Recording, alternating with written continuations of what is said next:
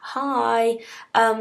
So I hate doing these videos. I hate my voice. But I just wanted to show you guys Tayler and Sean Proof Hub, just how it works, what we've done, what we've added, and just so basically you can get an understanding. So if I can show you the screen, it's easier for you to get it rather than writing it all down. So this is Proof Hub. You'll get an invitation from me with login details. For you guys to sign up, and when you sign in you'll see this page minus the orange and some other things. With Proof Hub it's good because everything that you do, you basically put the people in who you want to see it. So when you guys log in, you'll obviously just see the tasks that you do, like in green, all of these in green, they're yours. So these are called projects, and projects for us are clients. We've also got like our own space, like UK Data House, that we can use, but they're mainly clients, and every client has a space where we can update each other and complete tasks and things like that. So let's go into PB growth. So I'll start from the top. You've got the first sort of email of what it's about, just so when there's a lot of instructions, there'll be this will kind of give you a catch up if you need it, or anybody new that joins in. And then here are the people that can see it. So I haven't added you guys yet because you haven't got a profile, but this is the marketing team, Anthony, me, like the creatives and stuff that just can dip in and out if they need to. Here is discussions, so you'll see this welcome to Proof Hub, and basically this is a space where you can talk and you can about anything. I mean, it's not as informal as chats like Slack, but you can add a topic, and let's say new PB growth campaign, for example, and you'll be privy to it anyway, but I put you in, and it'll basically, by assigning somebody, it basically means can you get involved. I can add files from whatever, you can link it to Dropbox and things, and you add it in like that, and you can talk about that topic. And so this list will grow, and it will have different things, and you can kind of, if there's anything said that's important, any files you can put in, you know where they are, sort of thing. So they've probably got a notification, so I'll just delete that. And then up here's a taskbar, which basically is an easier version instead of going back like this. So we'll go to tasks. And every project that you have has this customer client process. It should come up, there you go. So instead of this top bit where you can see all the clients where they're at, like a pipeline, you can do that as well. This is just the customer client process for PB growth. So where are we with it? First call made, up next, in progress, in review. I know that's done, it's all done. So you just flick it over, and the people in the thing will get a message saying, like a little notification saying, Scarlett has changed the status, or Scarlett has completed first call made. So you just know where you're at, and if you need to, let's say, get on the invoice, you can say, right, I need to do that today, it's up next. Facebook message. So what I wanted to show you too is when you drag your mouse over it, you can have attachments, so you can proposal started. When you say you're halfway through it, you could pop it on there, a label to make it high priority, in progress, low, that kind of thing. And then you could say, all right, Sean, that's a job for you, and you'd put Sean in, and he'd come up and he'd get a notification, and he has his own tasks that he's assigned to. I'll go, right, okay, I'll do that next.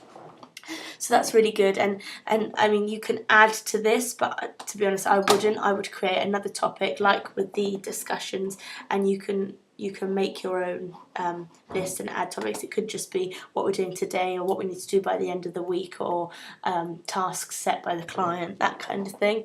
So that's good.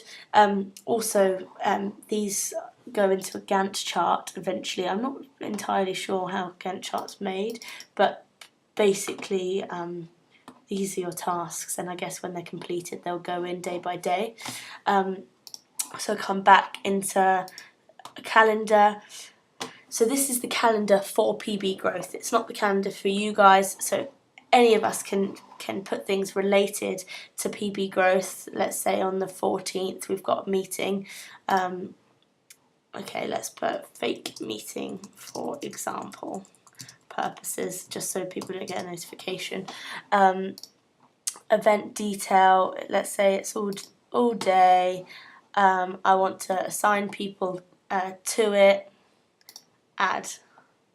Okay, so that's in there for the PB growth, but when I look at my own personal calendar, this thing is my personal one, it goes into the 14th again. So with all your projects you'll have different colours and things, and you'll know what you're doing on that day. So I'll just go back to PB growth. And again, it like little highlights it there. You can have notes, so you can have minutes, or just you could paste an email in there. Do use that how you like, really. I think it's just there because without it you'd be like, oh, where am I going to put that? Timesheets, if you want to manage the hours that you're like working on a task, I think that there's a way to do it. I mean, I don't know how to do it, but you can. I can find that out. And then files. So that's the file that was in there, but if I put a file in a discussion or a task or attached to an event or a note, they would all like congregate here, so I don't have to go into notes to find it, or because you'll have loads, so they'll all come in there. So there's that, and you can put anything. You can Dropbox things, Google Docs, you can put voice recordings, and I have put the voice recordings in all the other ones, but this didn't have one. And then you have like your profile, so get jazzy with it, that's me. And when tasks are assigned to me, say Sean, you say Scarlett, can you call the client for whatever reason, and you assign it to me, I'll have that here, and I can put done, and you'll know it's done. So these are the events that I'm in, these are my milestones that you set as a milestone on the calendar. And that's it, really. I mean, one more thing. When you can edit the sort of template, and we've got these categories here, and it goes from 20% to 100%, and with that is just the warmness of the lead. How likely are they to be a paying customer? So if we haven't put 50% on purpose because that's quite an easy go-to. The difference between 40 and 60 is quite vital, isn't it? 100% means they're paying and they're on track, sort of thing. So you can see it 20, 40, it goes a bit like that. And that's it, really. I mean, you can see reports of things overdue if you set due dates and times for certain tasks, and you can see if you're falling behind. I think this is an area you should have a look at maybe yourself if you can get into it. I'm not sure, but you can sort of find out what you want to do, and that's it, really. I find it a lot easier, a lot clearer than ClickUp. I do like ClickUp, but when you click into it, you've got everything sort of all in one. It's all sort of a bit everywhere, and I get that you guys get it, and that's great, but I don't think everybody's on the same sort of page as you, and you're obviously quite savvy with it all. So if you can get savvy with ProofHub, I think it's got a lot of potential for you guys. So that's it. If you have any questions, please let me know. I'm here. I'll send you an email with the booklet as well, but hopefully that makes it a bit easier to understand. Thank you. Bye bye.